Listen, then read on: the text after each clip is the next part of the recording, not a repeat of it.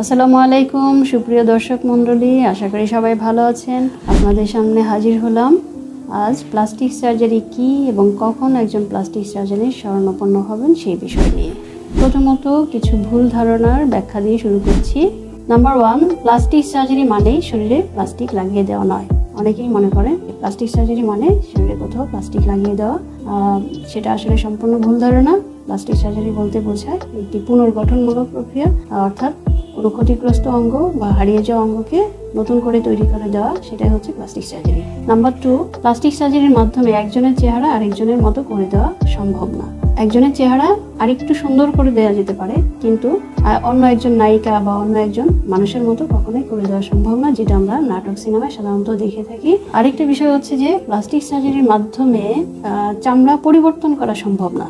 অনেকে মনে করেন যে আমার চামড়াটা একটু ব্ল্যাক, সেটা আমি একটু ফর্সা চামড়া লাগিয়ে নিতে পারি কিনা, সেটা আসলে সম্ভব না। আরেকজনের চামড়া কখনোই শরীরে লাগবে না, যে কারণে চামড়া পরিবর্তন করা সম্ভব না। এবং প্লাস্টিক সার্জারির মাধ্যমে একজন কালো মানুষ কখনোই সম্পূর্ণ ফর্সা হতে পারবে না, যেটা মাইকেল জ্যাকসনের আমরা দেখে থাকি যে সে একদম নিগ্রো কালো ছিল, সে হঠাৎ করে অনেক ফর্সা হয়ে গেল।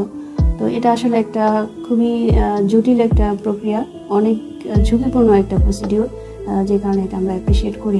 প্লাস্টিক সার্জারির সাধারণত দুটো পার্ট। নাম্বার 1, পুনর্গঠনমূলক অপারেশন, আরেকটা হচ্ছে সৌন্দর্যবর্ধন। তাহলে আপনি কখন একজন প্লাস্টিক সার্জনের শরণাপন্ন হবেন? নাম্বার 1, যদি আপনার কোনো পুনর্গঠনমূলক অপারেশনের প্রয়োজন হয়, আরেকটা হচ্ছে আপনি যদি সৌন্দর্যবর্ধন করতে চান। এই দুটো কারণে আপনি প্লাস্টিক সার্জনের শরণাপন্ন হতে পারেন। তো প্রথমে আসি পুনর্গঠনমূলক অপারেশন কখন প্রয়োজন হতে পারে। আমাদের দেশে বিভিন্ন রকম দুর্ঘটনা হয়। আমি একটা উদাহরণ দিয়ে বলি। আমাদের দেশে ধান ভাঙানোর কল রয়েছে, যেগুলো গ্রামে গঞ্জে বিভিন্ন বাড়িতে উঠানে ধান ভাঙানোর কল দিয়ে ধান মাড়াই করা হয় এবং চাল তৈরি করা হয়। এই কলের মধ্যে একটা ফিতা থাকে, সেই ফিতার মধ্যে আমাদের গ্রামের মহিলাদের শাড়ি পেঁচিয়ে যায় এবং সেই শাড়ির সাথে চুলের অংশ এবং চুলের সাথে মাথার পুরো চামড়াটা অনেক সময় উঠে চলে আসে। পরবর্তীতে দেখা যায় যে পুরো মাথাটা একদম চামড়াবিহীন, রক্তাক্ত। এই যে অবস্থা, এই রক্তাক্ত মাথার অনেক সময় খুলিও বের হয়ে আসে, এই মাথায় চামড়া প্রতিস্থাপন করা, এটা এক ধরনের পুনর্গঠনমূলক অপারেশন। এছাড়াও আমাদের দেশে বিভিন্ন রকম দুর্ঘটনা, সড়ক দুর্ঘটনা, অন্যান্য দুর্ঘটনা হয় এবং দুর্ঘটনা পরবর্তীতে বিভিন্ন রকম জটিল ক্ষত শরীরে তৈরি হতে পারে। সেই ক্ষতগুলো পুনর্গঠনমূলক অপারেশনের জন্য আমরা একজন প্লাস্টিক সার্জনের শরণাপন্ন হতে পারি। নাম্বার 3 হচ্ছে শরীরের বিভিন্ন জায়গায় টিউমার বা ক্যান্সার, বিশেষ করে চামড়ার নিচের নরম টিস্যু এবং ব্রেস্ট, এইসব অঙ্গের টিউমার এবং ক্যান্সার, সেগুলোর চিকিৎসা এবং টিউমার অপারেশনের পরে বা ক্যান্সার অপারেশনের পরে যে ক্ষতগুলো তৈরি হয়, সেই ক্ষতগুলো পুনর্গঠন করা, সেগুলো প্লাস্টিক সার্জারির একটা বিশেষ কাজ। এরপরে হচ্ছে বিভিন্ন দুর্ঘটনার কারণে অনেক সময় আমাদের শরীরের বিভিন্ন অঙ্গ বিচ্ছিন্ন হয়ে যেতে পারে, যেমন হাতের আঙ্গুল বা পায়ের আঙ্গুল। এই বিচ্ছিন্ন হয়ে যাওয়া অঙ্গগুলো প্রতিস্থাপন করা সম্ভব।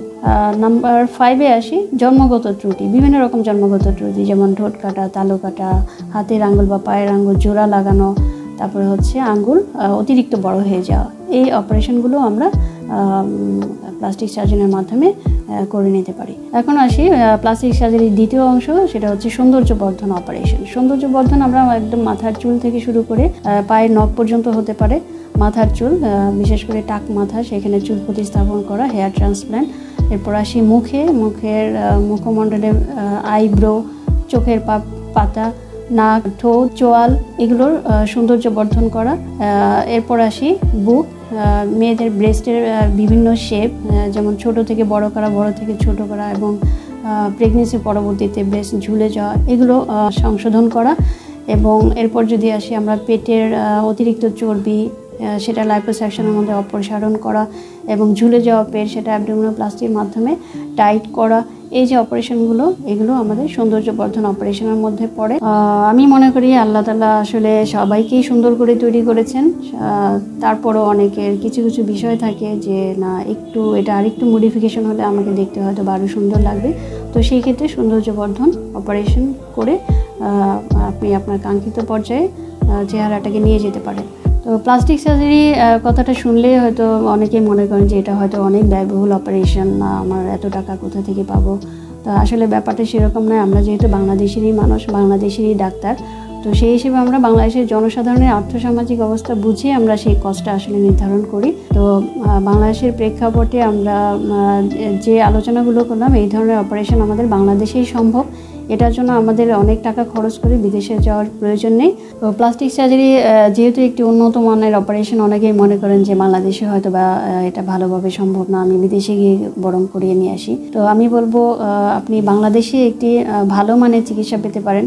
এবং বাংলাদেশে আরও যেসব কারণে আপনি চিকিৎসা করাবেন সেটা হচ্ছে যে আপনি সহজেই একজন চিকিৎসকের সাথে আপনি আপনার সমস্যাগুলোকে সুন্দরভাবে ব্যক্ত করতে পারবেন, যেটা আপনি ভাষার কারণে অন্য দেশে গিয়ে সেটা ব্যক্ত করতে পারবেন না। আরেকটা বিষয় হচ্ছে যে বিদেশে অবশ্যই খরচটা আপনার যাতায়াতের কারণে বেশি হবে এবং আপনি যখন তখন বিদেশে গিয়ে ফলো আপ করতে পারবেন না। কিন্তু বাংলাদেশে আপনি সমস্যা হলেই যে কোনো সময় আপনি ডাক্তারের অ্যাক্সেস নিতে পারছেন।